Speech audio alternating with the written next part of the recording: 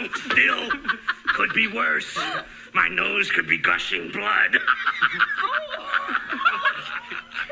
Your nose could be... What do you mean by that?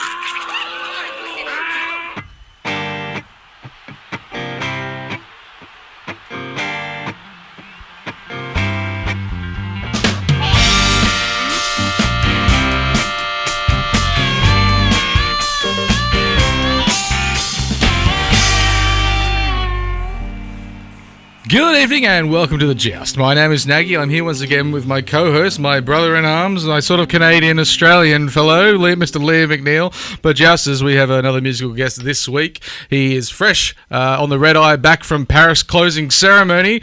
You can't beat his tunes. Please give a warm welcome to Mr. Raymond Gunn.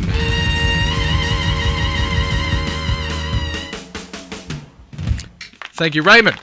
Now, Liam, of course, we've had a successful week as a Newcastle Knights fans. Now, Successful week to be an Australian in general. I think we've really shown the world what we're all about this week, as such proud Olympic nation, Yes. really showing our worth to the world. Good in the pool, we have been the best in the pool, some would say, and it seems like we are better in water than we are on our 2 feet. It's always funny in the Olympics because the swimming is quite early in the piece. Australia goes really hard. We get to the top of the tally, and then we just slowly drop. It was dropping off. We're top of the tally, and we're topping gold medals, and we're top per capita, and we're top of Oceania, and then next thing we know, we finish 5th. That's right. Of course, New Zealand's over there as well, because if you're ever cheering for an Australian, and then the Australian drops out, or it's not the final, but then there's a New Zealander there, and you think, hang on a second, I can cheer for them. I think they've won 9 golds or some ludicrous number. And they're a very, very small country. As we said before, we wanted to embrace them to become part of Australia. So we can't even win the most golds per capita. I think the Kiwis have taken that out. There's only 1,200 people over there. I think in both islands, there's not many of them. If it was a sheep shearing tournament, my word, they dominate. Yeah, they still Them do and it. the Welsh. They love it. They love the sheep. sheep. What is it with the opposite? Because obviously you've got England, and you've got Wales quite close, and they love sheep. Yeah. Australia quite large. It's the undulating meadows. Yeah. Lots of undulating meadows, I think, is the difference there. Undulating meaning rolling meadows? Is upsy downsies, I upsies, think. Yeah, it's like a sine wave. Yeah. If you remember mathematics. There are a lot of hills in New Zealand. Not many mountains, just hills. Hills, large hills, and a lot of earthquakes. So I suppose it all evens out, with as far as, the good things that we have. Australia's pretty good. We've only had like 3. Yeah, and I think they're mostly due to us digging very, very deep holes and not filling them in with anything. Yeah. So eventually they're just going to collapse and shake One the place day, up. Redhead, the whole of Redhead's just going to collapse into a disused colliery. That's right, yeah. But I tell you what, it's still coastal. What a way to go. Yeah. Good, proud mining town. That's the only way you'd want a suburb to disappear off the map. Collapse into the ocean, and it's still there. It'd be like Atlantis, like the Redhead. And people dive down, search for it, and say it's gone. Atlantis with a big bolo. That's what Redhead is. I love a good bowling club, Liam. There's not too many places that can beat a bowling club on a nice summer's day. But if one place was going to go close, it would have to be the Wickham Park Hotel. What a wonderful venue it is, the Wickham Park Hotel. Gravy City, of course. Yeah. Now you've enjoyed a roast there at the Wickham Park Hotel. I enjoyed it greatly. More than one time. And we love watching football at the Wickham Park Hotel. 4 p.m. this Sunday. There's going to be a game. There's few better places to enjoy said football. Gravy City with a bit of gravy on the roast on a Sunday. The red wine jus. Here's a tip: get the gravy and get the red wine jus. Mix them up. Mix them in together. Oh, hello. Yeah. A bit of Liam's secret recipe. We have some footage coming up of the Wickham Park Hotel after a win over the Tigers. Look at that kind of atmosphere there. It's the kind of joyous Novocastrians that you can only get at the kind of the places that you can feel comfortable and joyous in. Everyone there's your best friend and you didn't even know it. That's right. Yeah, it's wonderful. You leave with many more friends than you arrived. Yeah, and that's the kind of town Newcastle is, and it's very important just for Newcastle for NBN to have their own news. So it's Liam, it's time for the news.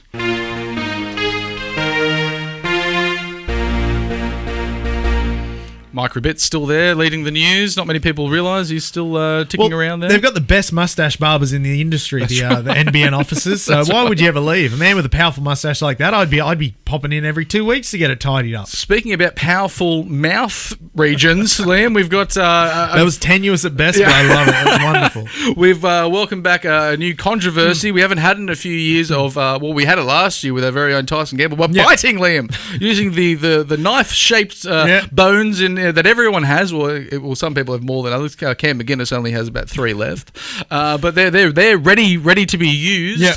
And it seems that Kyle Flanagan has decided to use his against his opponent Stephen Crichton. Now, we often talk in rugby league about doing the pub test. Yes. You know, you like to relate things to the way that every man at the pub can kind of feel close to. And That's right. If you look at a fight at the pub, there's a couple of acceptable ways to hurt someone. You can punch, that's fine. Punch in the face. Given the prominence of UFC over the last decade or so, you can knee, elbow, that's okay. Yes. A headbutt from time to time even is acceptable. I think so. But you can't get away with a bite. No. A bite is, the lowest of the low. Even an open palm slap. Yes. For the purposes of disrespecting someone, that's fine. I'm fine with a good open palm slap for the purposes of disrespecting someone. Yes. But biting just isn't. It's not right. It doesn't feel right, does it? No. It doesn't feel right to bite or to be bitten. Yeah. Surely, anyone that's grown up with siblings, of course, you may have. That's the first time of fighting a sibling, and then the bite often comes out. Especially you had a sister. You still have a sister. She passed away. She's still around. Yeah. She's still kicking around. Yeah. And that's she hasn't bitten me in weeks. But once there has moved on to a point, you sort of say, well, that's enough biting. We're going to put biting away. Because the other thing is the biological warfare aspect of biting. Obviously, the mouth harbours a lot of bacteria. So if you bite someone and you break the skin,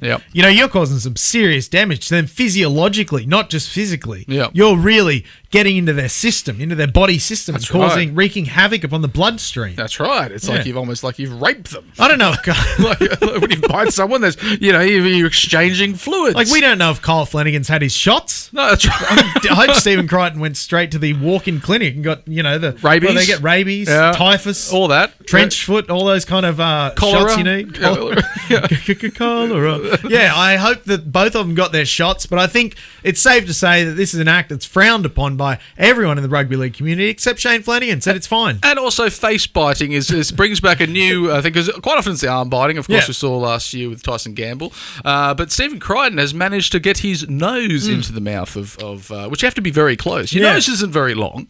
No. And some people's are, but we won't go into that. Some are longer than others, and he's managed to find it in the mouth of Kyle Flanagan, and Kyle's had a bit of a bite, but his father's come out and has defended him in a very simple statement by saying, Kyle didn't do it and I believe him, which does ring a bit like you've been called up to the school and your child has bitten another child. Look, any good father would do the same thing. If I was a father, and I will be one day, hopefully, I hope to be, I would do the same thing defending my child if they were accused of a bite, whether they did it or not. I'd say no, it was the man's fault. I'd use the Gavin Kemmell-Lee from Wanderers, the great defence. Yeah. He put his nose in my fucking mouth, I'm going to bite it. That's right. Yeah. That's right. What else can you do? Stephen Crichton really had it coming, some would say. Maybe it'd be funny if he just sort of gave it a big kiss. Like he put it in there and he sort of like that. And I think there's not enough kissing in rugby league. I've been saying it for years, Jousters. There needs to be more kissing in rugby league. The great arbiter of NRL in the form of Buzz Rothfield. Known paragon of virtue and integrity. He's calling for asking why Stephen Crichton hasn't also been charged for the nose into the mouth. Now, of course, we've had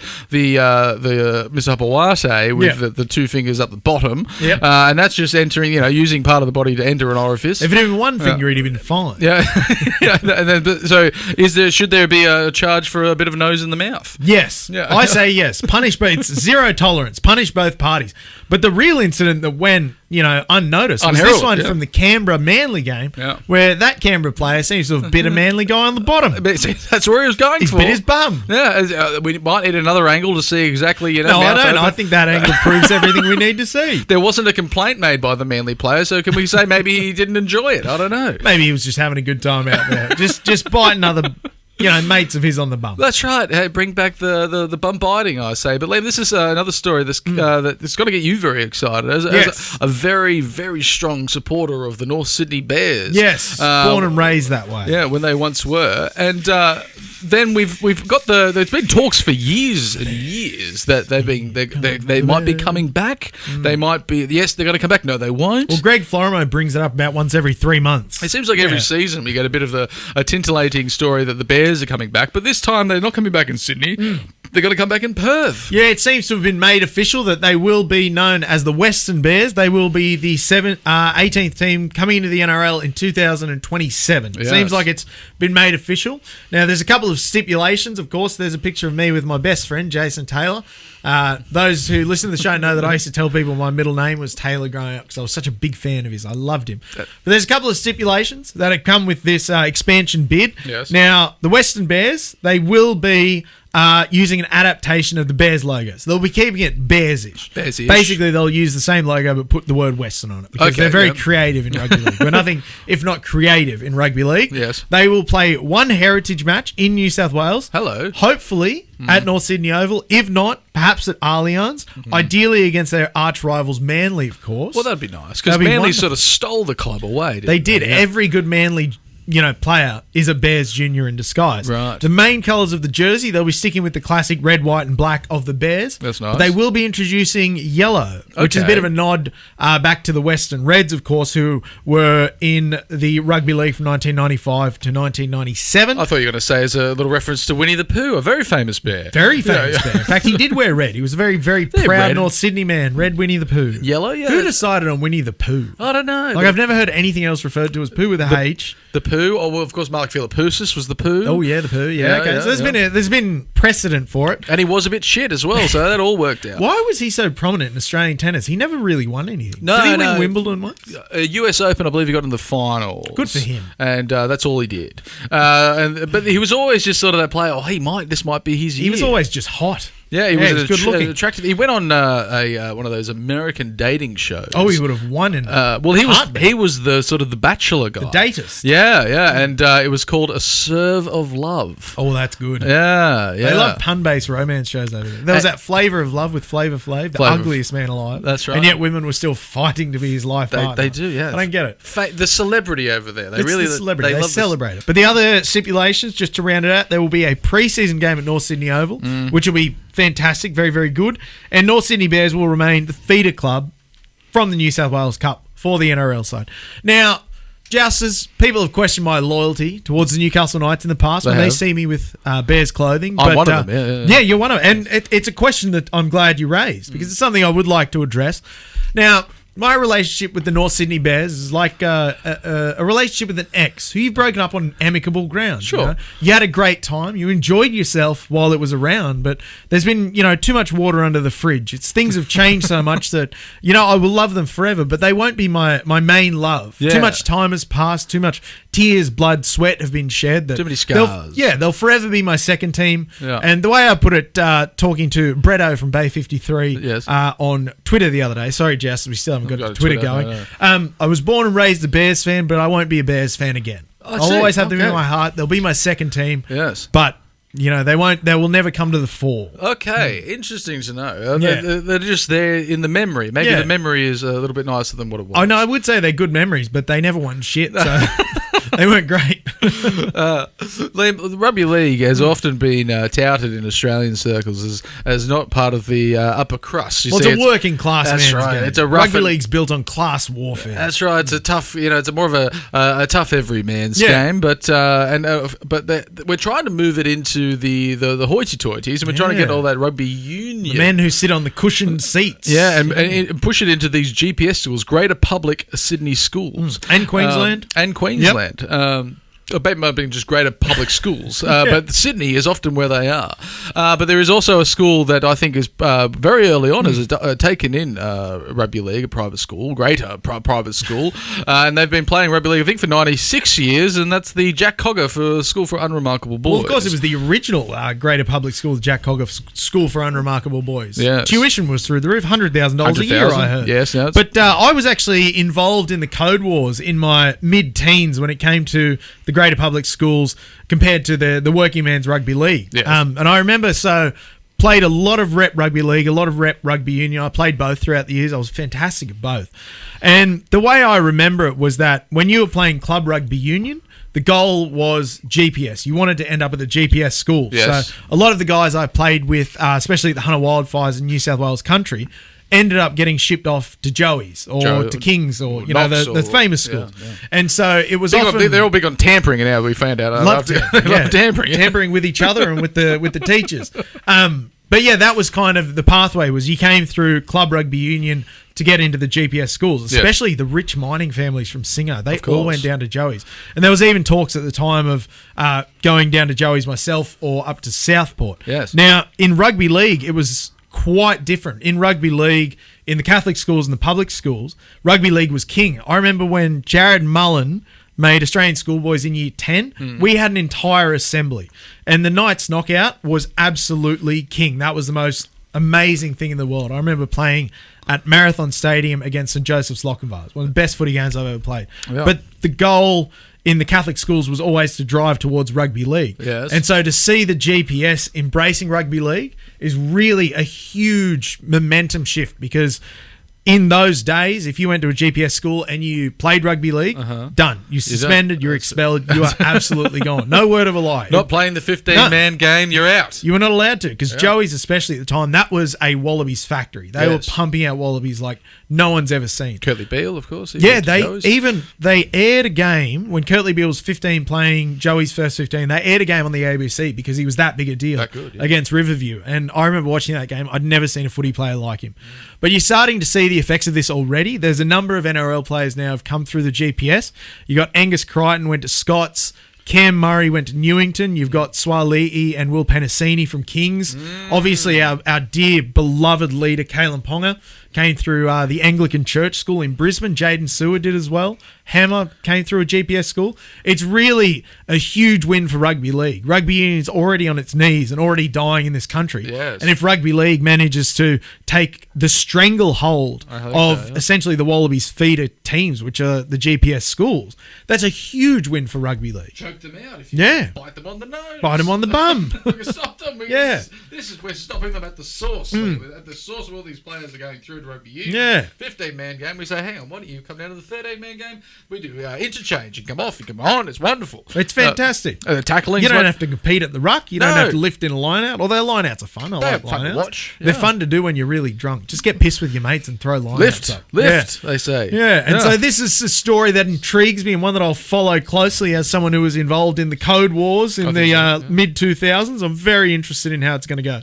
It's a monumental shake-up of the entire system of rugby league. Liam, it's time to settle a big debate that's been going on rugby league for what seems to be decades. You see a very fast player with the ball. And there's lots of them. There's so many fast players in rugby league history. It's quite something. They all zoom past. They'd be the fastest one on the field. And then someone says, hang on a second, wouldn't it be great if there was no ball involved? We get them all in a line and we settle this 100-metre sprint. That's the way a man settles a problem, by running fast at it. You run fast at a problem and the problem's gone. Now, there's not enough novelty in rugby league anymore. The powers that be, they want their team to win. They want their players to be the best at winning, and so they don't let them do anything fun. They say, no, boys, you can't have fun. You only play rugby league. Don't enjoy yourself. It's a very serious job. Very serious job. You're a professional. They need to bring back the novelty. People love novelty. You know, we hate our lives. We go through the week just counting down the seconds as we get closer to death. I want to see something fun.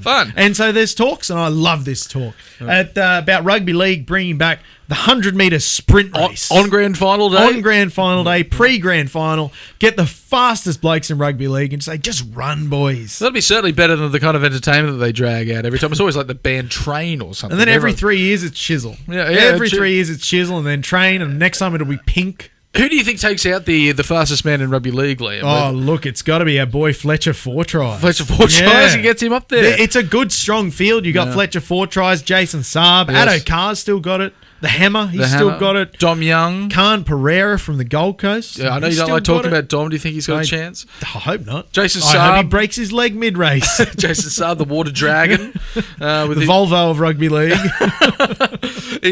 I'd love to see it. Hopefully we get all the talent in there and it doesn't turn into sort of this city-country sort of a match where it's a bit of a mismatch. You don't want a gimmick. No, it can't be a gimmick. But rugby league has a long history of very, very good 100-metre events. There was Darren Albert, notably, became the fastest man in the NRL in 1999, winning a 100-metre race.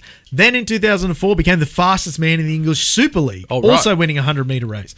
Then 2010, you had the Gatorade Bolt. That was an event where they took the fastest men from across the coast. They mixed up the coast. Yeah, the winner was Lockie Turner from the Waratahs. Second was some idiot from Eastwood no one cared about. Greg Inglis came dead last. Well, look at the names you got next. Hayne, Josh Morris, Ben Barber, Nathan Gardner, who was drastically underrated. Some guy from the Central Coast Mariners no one's ever heard of. And Greg Inglis languishing in last, a full second and a half behind Lockie Turner. Now, will this be done on a track, do you know, Liam, or on the grass? On the grass, wearing footy boots. And I think as to make it very rugby league, Yes. all players should be given a choice whether they wear big novelty shoulder pads like they would in the 90s, Yep. or to wear, you remember torpedoes? Yes. Yeah, skins with the padding on the front of the legs. You have to wear some form of almost novelty-esque protection. Carrying a ball, do you think? Have to be carrying a ball. A ball, What okay, good are you yeah. at running fast in rugby league if you're not carrying a ball? I think so. If you can chip and chase, that gets you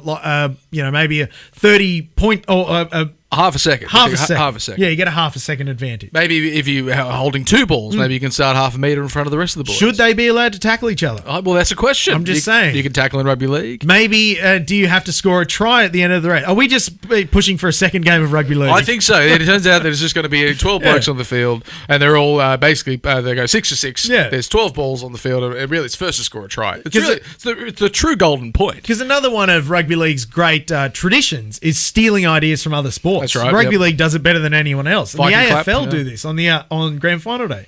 They have a 100-meter race. Do they? The NBA, the NHL, during their All-Star break, they have skills competitions to be the fastest. The dunk comp in the NBA is one of the greatest things you'll ever see. And so it's about time rugby league stole another good idea instead of stealing the conference system that's discussed every 2 years, which is the dumbest shit I've ever heard. What, maybe a pentathlon sort of a thing? Like they have to run the race, win the race, they get some points, kick a field goal from 30 out. What about throw a pass through one of those like carnival ones with a little hole in the middle? Maybe they can have Gus Gould up there with on top of like a tank of water. So if you hit it, then he drops in. Field goal gets dunked. Field goal gets dunked. What about we bring back the Olympic biathlon, the Winter Olympic biathlon? You have to run 100 metres and then shoot someone from the crowd. Yes, that's right. I think maybe they can have some sort of assailant or criminal in the crowd. You have There's to not find enough him. firearms in rugby league. I've said it for years. And then whenever there is, people get in trouble. That's right. Josh Addo-Cohen and Latrell, they went to Latrell's farm and shot a bunch of tin cans. They got in trouble. That's all you do out in farms. They were Shoot having a things. great time. What's the point of buying a farm if you can't shoot something? I went to my dad's cousin Wayne's farm in Wingham when I was 10. I got to shoot his 22 at a bunch of tin cans. I've never felt manlier. That was as big as my dick's ever been.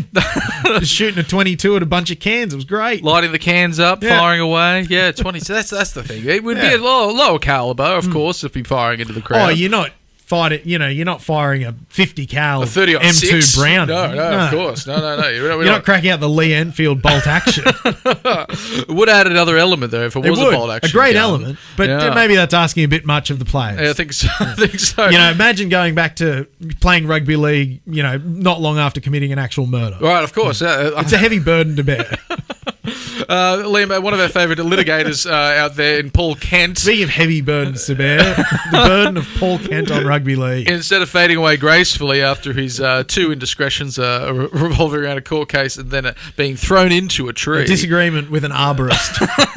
He's decided to say, this matter's not over. I want to see this incident replayed again and again and have my name stained forever. Now, by taking this to court, not against the man that threw him into the tree, but against his employer for firing him for looking like a bit of a dick. Now, there's a lot of people I've seen throughout history who have been dismissed unfairly. I'm just going to go out there and say Paul Kent's not one of them. No. I think he's been treated very, very fairly. Yeah, if anything, they unfairly kept him on. It was unfair that they kept him employed for so many years. He came back there after his first court case and he said, I'm not done, guys. There's more controversy within me, and I'm hoping to really besmirch my name once again. So we might be seeing the last of Paul Kent, but hey... and we'll be better for it. But look, even if he wins, I suppose you win a lot of money, and then he's got more money for beers and more trees to fight. To quote the great man himself, it's all part of rugby league soap opera. I think so. He's the villain at the moment. Liam, a very exciting segment for you coming up because you like to get angry about things in a segment that we like to call Liam's Crackdown. Liam wants a crackdown.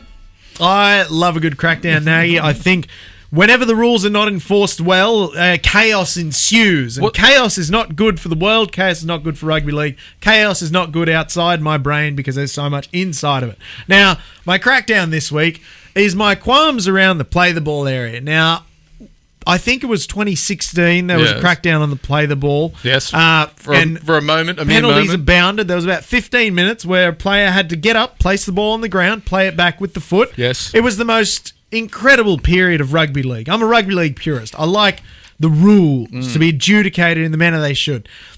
the state of the play the ball as it is currently Atrocious. is absolutely atrocious. It's a blight on the game. I think it's fair to say a blight on the game. Are we playing Maggie. touch football out there, Liam, where you simply put the ball on the ground and step over it? It seems to be the case. Now And given all the rules about not punching and you're not allowed to tackle players high and you're not allowed to bite players, we're moving closer to touch football every day. And I think the way that the step over, I won't call it a play the ball because it isn't. The way the put down and step over has come into the game. We're edging ever so closely, not even to touch football, but to tunnel ball, a game they only play in primary school. Because at the moment, I believe the rule is you don't have to make contact with your foot, but the gesture.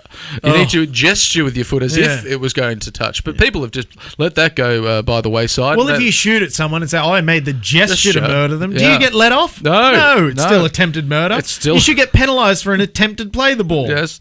So we're going to clamp down in the rules, much like in the biting. We're going to clamp down on the biting, rule that out for possibly another year. I still think the jury's out. I'll see it happen a couple of times more. Are we a bit concerned, though, Liam, that this potential crackdown could see Newcastle Knights players being the real sort of target, the soft targets, if you will? Well, I think one of the Newcastle Knights players specifically really should be the model of excellent rugby league play the balls. Kalen Ponga, you'll notice, has the best play the ball in rugby league. He gets up, he makes sure he's straight, puts the ball down quite deliberately, rolls it back with his foot. Yes. And I think that might come from him spending his teenage years playing rugby union. They said, you need to learn how to play the ball because they don't do that. You lay the egg in rugby union. You can't do that in rugby league. And so you'll notice that Kalen Ponga has the neatest, tidiest, most perfect play the ball in rugby league. So I think it could be quite the opposite. The Knights could be seen as the harbingers of greatness when it comes to the rugby league play the ball. What about someone like a Daniel Saifidi? I'm not sure his foot's ever touched the ball. He just seems to throw it back with his hand and make sure that his foot's up, but it never rolls. And in the day and age we're living in, that's fine, apparently. That's apparently fine. Yeah. But you can get away with anything. Crackdown. What do you reckon the penalty should be? Just regular penalty? Maybe jail. Jail.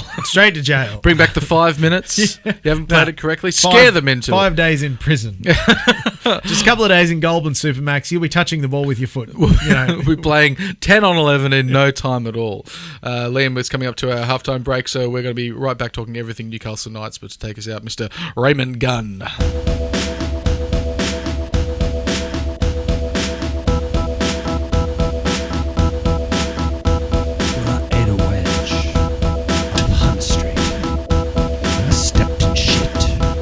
I didn't want my feet, and I'll let you sleep, and I'll scratch your itch, and I'll suck the bottom, and Subway sandwich. You know on Sunday we won against the Tigers.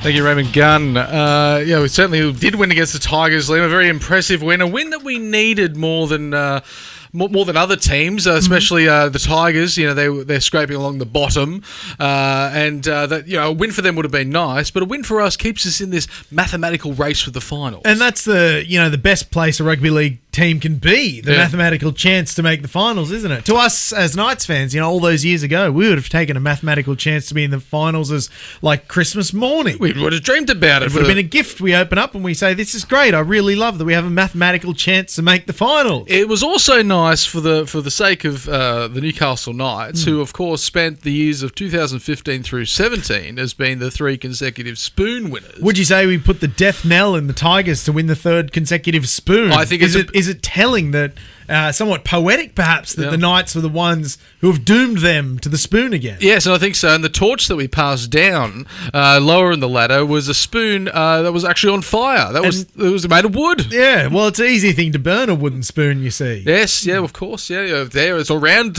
all the elements, the hot elements, the cooking products. It could potentially catch on fire. I remember once at the end of the 2nd spoon year, I went camping at Fingal Bay, and there was a fella. He had his permanent caravan there set up at Fingal Bay, and he had a plaque on it with 1 wooden spoon, 2 wooden spoons, and a space for the 3rd one. It's almost though he cursed us to the 3rd spoon. He knew it was coming. Or was he the Nostradamus of rugby league, perhaps? Potentially. We might have needed to get him on the show. And I don't know what he's doing now. I don't know the man. I never met him. I just admired his mural he had on the side of his camper van. He was very astute, that guy, Mr. Camper there, with his 2 to soon to be 3 wooden spoons. It was terrible, terrible times there.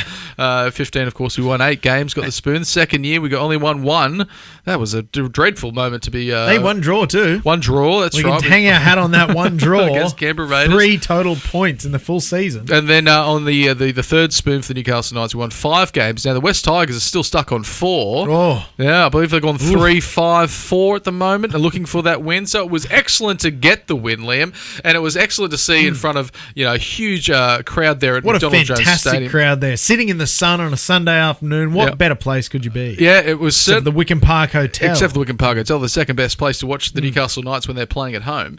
Of course, that is great. Well, you can get full strength beer. Is it a better place to watch it? Potentially. Yeah. I think arguably. You can drink hard solo by the schooner. Oh, yeah. It's amazing. Maybe by the pint. I don't know. They can do anything there. Yeah.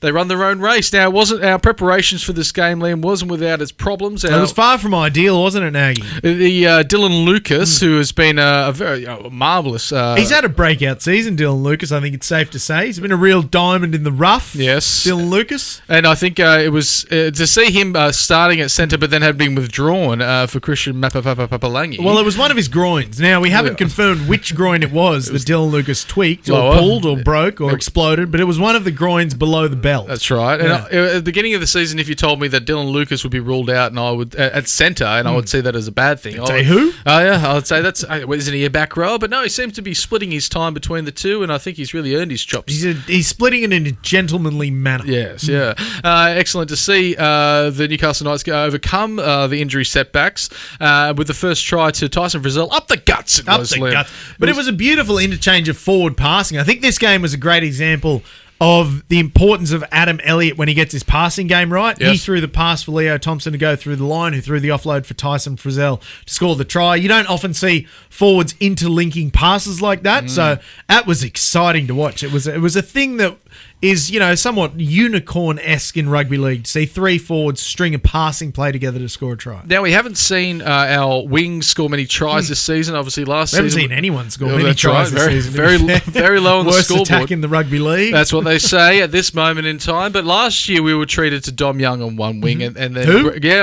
Gone. And Greg the Bus on the other. And they were getting 20 tries apiece in regular season. And we've been calling here on the Joust. We said, we must get some genuine speed and excitement back on this wing. Because there's certain things that you can't train. You can't train speed. No. You can coach speed. You can hone speed. You can increase speed slightly. Yes. But you can't train it. There's no way you can take a slow man and say, I'm going to take a year, I'm going to make you a fast man. Yes. You can't do it without the use of lots of human growth hormones. That's right. And as a small man, Fletcher clearly hasn't been using human growth hormones. No. He hasn't really grown. No, but I don't know what they put in the water out at Cessnock, but there might be some hormones. Is it the lead? Sprinkled in lead, of course. Minerals. They're so rich in minerals out there. It all bleeds into the water system. But for Fletcher, 4 tries, Liam. Fletcher 4 tries. Love a bit of alliteration. I was expecting him, obviously, he's the son of 85 tries. Hopefully one day he might grow up and get that 5th one. That first try, though, Adam O'Brien came out and said, we're not going to play Razzle Dazzle football.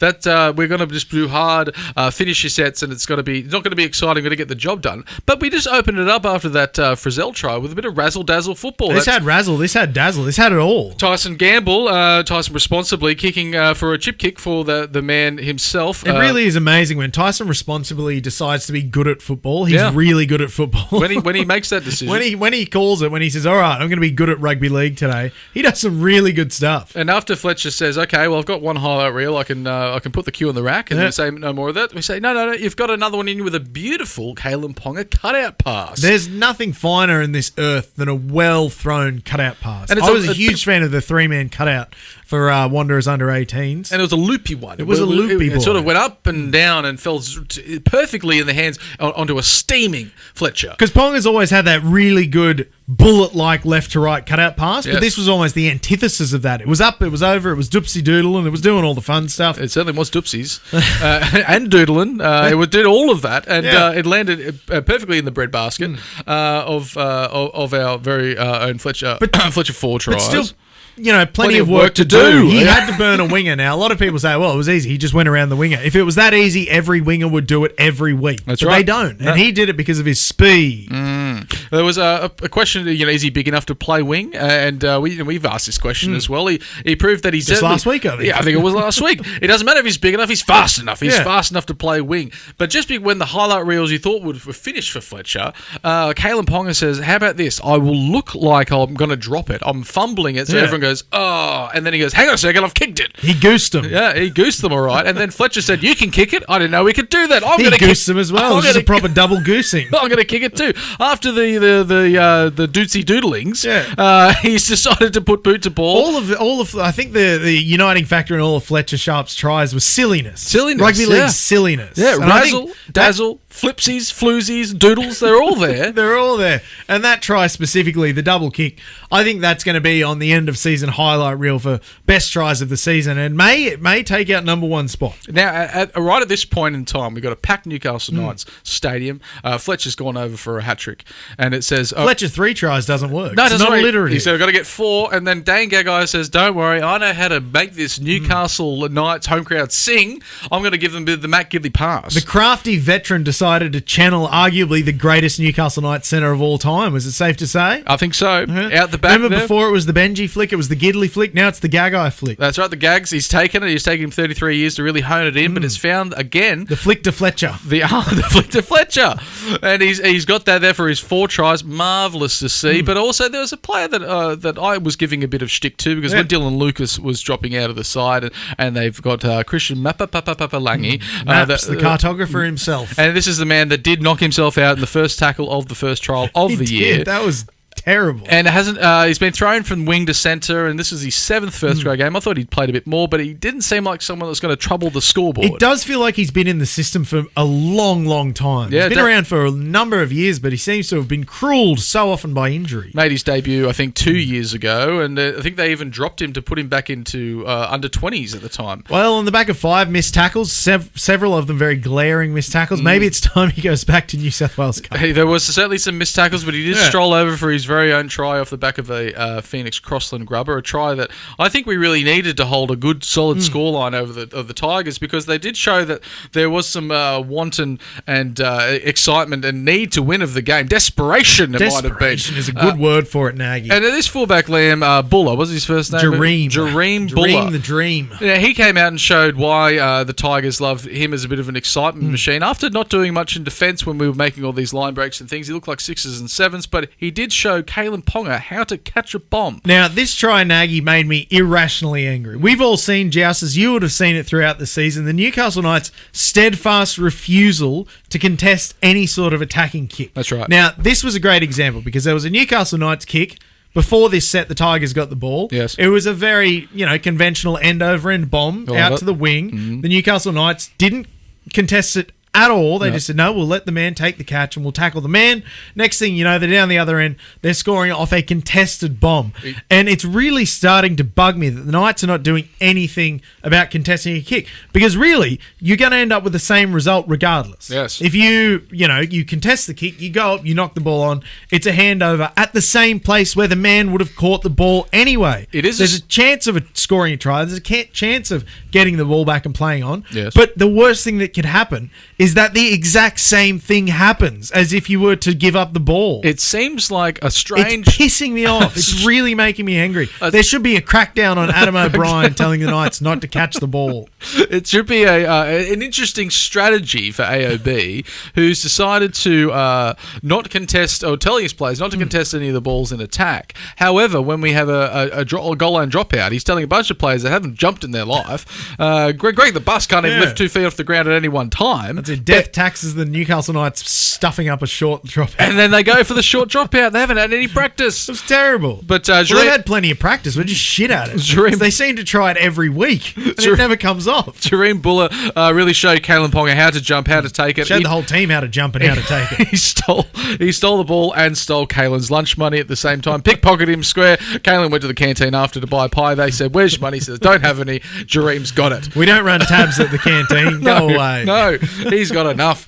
It was a pretty interesting, looking at the stats, Liam. The Tigers completed very, very high, 36 from 39. It's a lot. Yeah. It sure is a lot. We split the possession straight down the middle, and the Newcastle Knights, well with their completion rate, 83%, but it wasn't anything super, super fantastic as far as, getting up really high against a team that is dragging along the bottom of the ladder.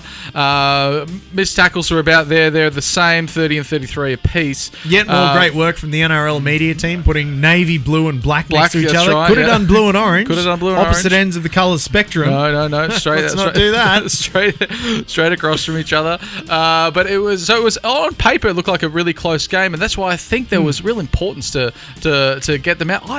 Was there a few tries left out there from the Newcastle Knights? Yeah. I think this could have been one we broke into the 40s for the first time this season. There was the forward pass from Tyson Gamble to a man.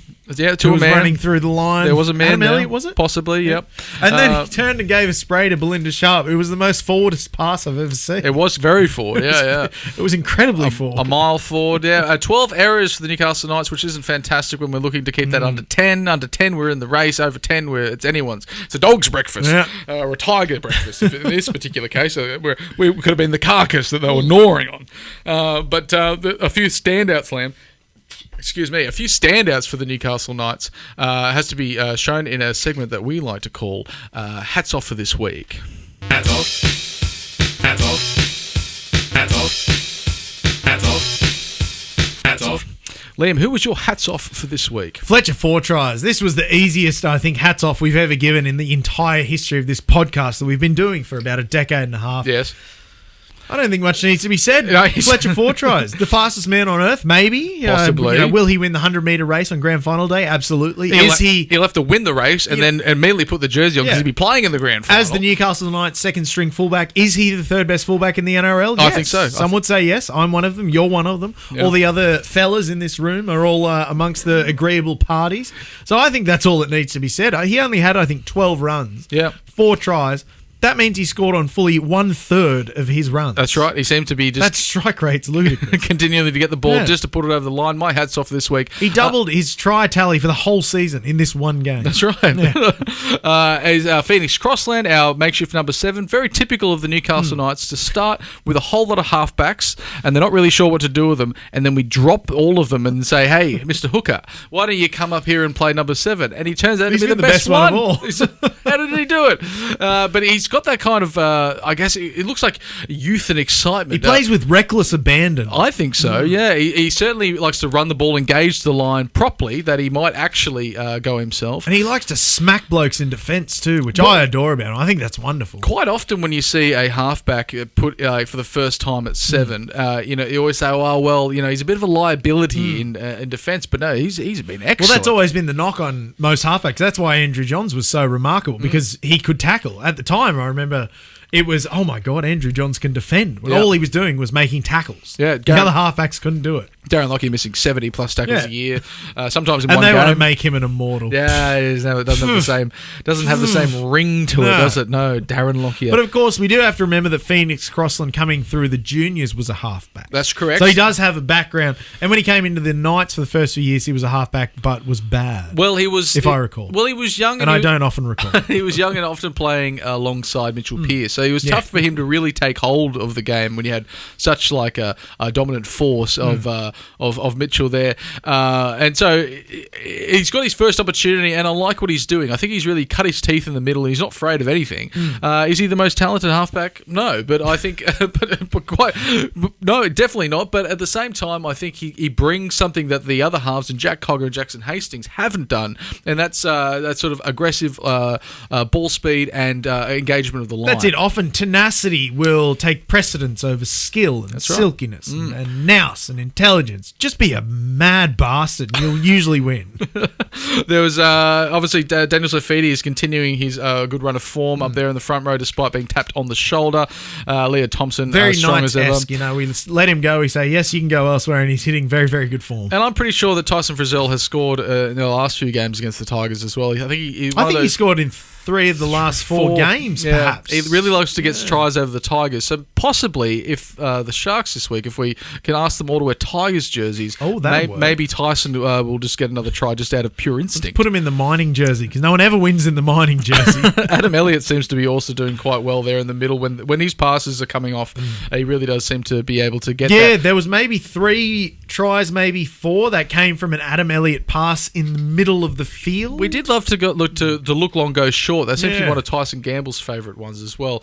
Which I never thought I'd see this, but Toby Sexton somehow looked long to look short and through to the middle. Yes. I've never seen it. Often players will look long, play short, or they'll look short, play long. Yeah. He looked at both and said, no, I'm going to the middle instead. That's the great... If you haven't watched the Bulldogs-Dragons game, watch only that one try. It's Bronson Sherry off Toby Sexton's greatest pass I think I've ever seen. Wouldn't have thought at the beginning of the season that Toby Sexton would be put up there as one of the important I got a lot to say halfbacks. about the Bulldogs, and it's all good, but we'll save it for the end of season pod. I've got glowing things to say about it. When we take our hats off, we have to return them to our head in a segment that's called Hats Back On. I see you put your hat on. Liam, who's your hats back on for this week? Well, my hat's back on goes to a man who I wish had put a hat on his head. Yes. Greg the Bus Marzu. Now, Greg had a fine game. He played really well. He had a great wingers game of rugby league. What's going on with your hair, though, Greg? The hair. Jesus Christ. There's so many talented barbers in this city. We're really lucky in Newcastle to be blessed with a number of good barbers. Greg didn't see any of them. He seemed to start with like the sort of a cornrow sort of a style. And then just kind of popped out. And then they all just exploded. And so it just looked like he hadn't done his hair that day. Yeah, it was really bad. Sorry, Greg. It hurts to give it to you because you played a really, really good game, but he put a hat on. Do you think possibly Greg now being, not a particularly fast winger, if anyone would say he's quite a slow winger, but he's bustling and he's strong in the runs. He's a bus. Buses are bustling. That is nice that we've got the offset with him and Fletcher 4 tries. Well, it is the kind of the dichotomy we saw last year of Greg Bus, powerful man, 8 wheels, V12 engine, and then just faster boy on the other side. Yeah, you got the sort of very low economy with fuel that if you have to stop and go out, it takes a lot of energy to get moving. But Fletcher 5 tries, he's like, he's a little Daihatsu. Just 2 doors. You don't even have to. You don't have to fill it up. All you have to do is drive past the. Maggie, Daihatsu's a notably bad vehicle. No, they're famously shit. It's zippy, and all you have to do is drive past the service station with the door open. The tank fills up. See, I would have compared him maybe to a Mazda MX-5. Okay, the convertible. Small, one. Yeah. powerful and fast. Powerful and fast. Yeah. Jeremy Clarkson famously drove an MX-5, and he said, "I hate this, but it's fantastic." No, that's good. No, that's very much. I don't hate Fletcher Sharp, but he is fantastic. A boy from Cessnock. It's I'm not sure if Clarkson? No. Fletcher 4 tries, but I'm not sure if they're gonna if he had any sort of flash car out there that it would not be seen on a number of cinder blocks. Well, he'd be driving around in one of Kelly Suzuki's Suzuki Swift, of course, famed sponsors of the Newcastle Knights. I used to see Mitch Barnett getting around in a little Suzuki Swift from Kelly Suzuki. Yeah, it's very funny. Yeah, it was also it did beat the Shane Brennan use of Kurt Gidley. Shane Brennan sells a wonderful auto car. They sell a great car at Shane Brennan. Now, Liam, it wasn't all beer, skittles, and rainbows, of course, with our the ladies' side going after, which was played directly after this game there at McDonald Jones to their first defeat at home in a long time, 10-18. Is this the downfall of the top-notch Knights? Well, I think it might be a bit of a wake-up call, perhaps, because if you look at the first 2 results of the Newcastle Knights NRLW team, they were wins, yes, but they were wins not in the most convincing circumstances. That's right. There was a penalty try that decided the game. There was a misconversion that decided the game, I believe. And maybe this was the loss they needed to say, hey, we need to get ourselves into gear. We need to stick up the bum and start going real hard. Only a short season for the ladies, and so every win or loss is really important. But unfortunately, we copped a big injury to the Windale wrecking ball, Liam. We're going to see the end of an era, Nagy. The end of a streak of one of the Knights' great players, I think. Caitlin Johnson with a medial ligament tear, which just seemed to be a season-ending injury. Now, because the season's so short, that's kind of the mid-groin. Is that what MCL stands for? Mid-groin, that's right, yes. The mid-groin injury. And it's a bit of an upsetting one because really, like, a broken finger could be a season-ending injury. It is a short season. It is a short season. So, yeah, it does sound pretty devastating, but unfortunately, she is moving across to the Cronulla Sharks next year. There's worse teams to move to, don't get me wrong. If she'd gone to the Sydney Roosters, I think I would have burned down Bondi. Well, You can take. I'll destroy a whole suburb if they wrong me. I don't give a shit. You can take the girl out of Windale, but I don't think they can take the Windale out of the girl. Cronulla people are pretty rough too. So She might be I right. think she'll fit right in. Might be right at home. Sharks, you say, Liam? Yes, I do. In fact, I think you said it actually. I did, yeah.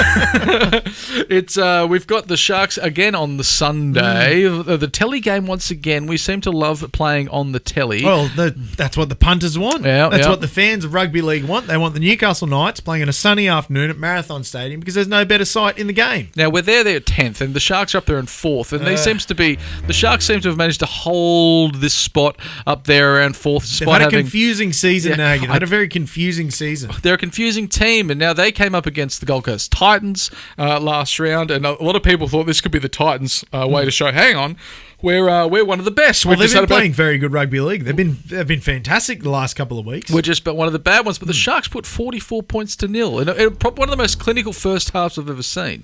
It seemed to be just absolutely wiping the floor of the Gold Coast Titans. Now, is it a good thing to come up against the Sharks after such a great win? No, absolutely not. That will have buoyed their spirits because not only did they win by 44 points to 0 points, yes, they won without a number of key players. There was no Nico Hines, no Braden Trindle, no Ronaldo Mulatalo, and they still took the Titans to the cleaners, I think is the saying. I think we've got the injury list here for both our teams, the casualty ward there. Braden Trindle, Braden Hamlin-Uele, Teague Wilton, Ronaldo Mulatalo, Jesse Colquhoun, Nico Hines, and Cade Dykes. That's a strong team of injured players. And that's all lower groin injuries, all happening around the lower groin. It seems to be an epidemic that's happening across the NRL, and the Newcastle Knights. Well, if you look closely at the Newcastle Knights injury list here, they all seem to be suffering from TBC injuries. Yeah, I don't know what that is, Nagy. You're not a licensed medical professional, but comment. Could you fill me in? What's a TBC injury? It really, if you've got a groin injury and it's TBC, it's some of the worst injuries What you can about suffer. a lower groin TBC? Oh, it's even worse. Painful. Oh. They say that's one of the most painful injuries. But our injury list, including Dylan Lucas, Bradman Best, as well as Anari Tuwala and Dylan Lucas, and Jacob Safidi, I should say, yeah. And so I think they're very important to us, and I wish they were all key playing. players, all of them. And can we turn this around against the Sharks? When I say turn it around, I was really to continue moving forwards. It's not much of a turnaround. It's just one of the ones that we need to continue winning after we've started a one-game winning streak. Because I have some notes here, Nagy, that I forgot to turn my phone on. That's all right. So, if we're looking at the ladder, because I think that's important to look at this time of the year, we're still a mathematical chance. Yes. Knights in 10th, 24 points, one win out of 8th. Yes. So, it's at this time of the year we need to start looking at numbers. Now, the Sharks have won 3 of their last 5. Those 3 wins have been against the Titans, the Rabbitohs, and someone else. Flat track bullies, are you trying to say? They're not beating the upper echelon. Yeah. Now, the problem with that, we are not in the upper echelon. No. So that concerns me. Now, they have the second best points differential in the competition. So that means they score a lot of points. That's right. What do the Knights famously not do? Famously not have a very good points differential. Famously don't score a lot of points. Yes. Stone cold motherless last in terms of points scored in the competition. So, averaging 18, we're conceding on an average 22. which is bad. No, which is bad. Because again, we had the Boffins do the maths and they said that's bad. They are. They're all there. We've got 17 men all working and women. They're all working there, crunching the numbers. And they came out with their results after their 3-week report, and they said that's bad. That was it. It was a 3-week report, and that was the only conclusion they drew. Concise, though. Yeah. It was concise. It's not going to be... I suppose with the injury total of the Sharks, they might wake up and they realise, hang on a second, half our team is injured. The Newcastle Knights, they might stroll into it, say it's there at Shark Park in an afternoon. We've got these boys, don't worry about it. Hey, everyone. A bit complacent. Yeah, a bit complacent. They might have a big weekend, big Friday night barbecue that rolls into Saturday, and then you think, I'll have a big sleep Saturday night, but you end up rolling. You never do. You keep drinking. You end up at a bowling club. Especially when you're in a city that's, one of the most hospitable cities on earth. Yeah, in Newcastle. Yeah. Maybe we'll talk them into going to the Wickham Park Hotel. Well, it will be in Cronulla in this game, so it's... famously very far from the Wickham Park Hotel. But I suggest that anyone that even is in Cronulla watching the game, that they return back to the great city of Newcastle, whether you're from Cronulla or not, and go straight to the Wicco. Gravy City. After the Sharks slam, it doesn't... it sort of gets a little bit more confusing for us coming up against with the South Sydney Rabbitohs. Now, that's a team that on its day can play very well, also suffering a lot of injuries. But they haven't had their day in a while then. I think because they've been very bad. they did beat the Tigers much like we did. Yes. And I think they're coming up against the Tigers again this week. Only 4 weeks since they played them last. Yeah, there needs to be a crackdown on the NRL draw. They sort of get a bit bonkers at this point of the season. But we've got no buys or anything to look forward to. But if we can get over the Sharks, we've got a good chance of getting over the South Sydney Rabbitohs. And then we've got... well, you've cursed the Knights now by saying we've got a good chance at winning a game. No, of course. We've got a great chance. There we go. We're losing. And then there are 2 home games against our Queensland opponents. You've made the mistake of showing a shred of positivity now. No, we're not allowed that. We have to ride this. We have to ride this positivity, Liam, straight to success. And of course, that will leave us to just a mere win over the Dolphins, and we'll be there in the finals. Piece of piss. Again, nothing can stop us. Look at us now. Who would have seen us coming? The dark horse that we're riding because we're a knight. Good one. Yeah. But Liam, if you like us and you want to continue enjoying the Joust, you can find us on all the social pipes right after a miraculous win down there against Cronulla. You can like us on Facebook, Instagram, SoundCloud, YouTube, Apple Tunes, TikTok, and Spotify. Still haven't got the Twitter going. Sorry, Jousters. All those social pipes. It's been a pleasure to come into your homes and your phones once again, and we'll be seeing you again next week. And to play us out again is our favourite man behind the keyboard, Mr. Raymond Gunn.